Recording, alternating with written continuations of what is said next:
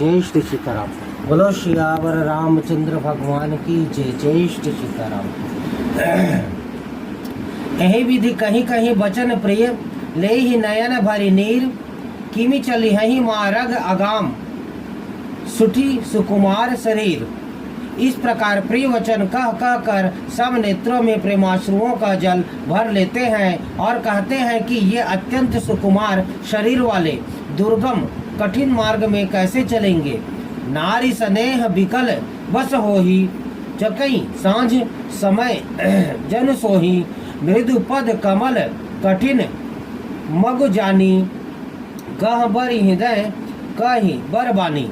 स्त्रियां स्नेहवश विकल हो जाती हैं, मानो संध्या के समय चकवों भावी वियोग की पीड़ा से सोह रही हो, दुखी हो रही हो। इनके चरण कमलों को कोमल तथा मार्ग को कठोर जानकर वे व्यथित हृदय से उत्तम वाणी कहती हैं।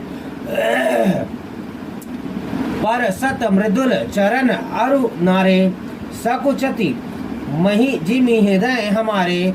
जौ जगदीश इन हही बन दीन्हा कसना समुन मय मारगु किन्हा।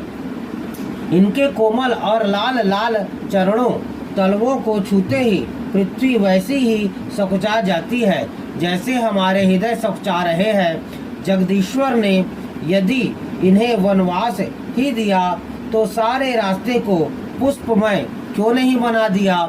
जौ मागा पाइया विधि पाही ए रखी अही सखी आँखिन माही। जे नर नारी न अवसर आए तिन सिंह राम न देखन पाए। यदि ब्रह्मा से मांगे मिले तो हे सखी हम तो उनसे मांग कर इन्हें अपनी आंखों में ही रखें। जो स्त्री पुरुष इस अवसर पर नहीं आए वे श्री सीताराम जी को नहीं देख सके। सुनी स्वरूप बूझही अकुलाई अब लगी गए कहाँ लगी भाई।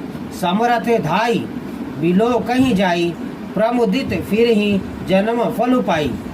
उनके सौंदर्य को सुनकर वे व्याकुल होकर पूछते हैं कि भाई अब तक वे कहाँ तक गए होंगे।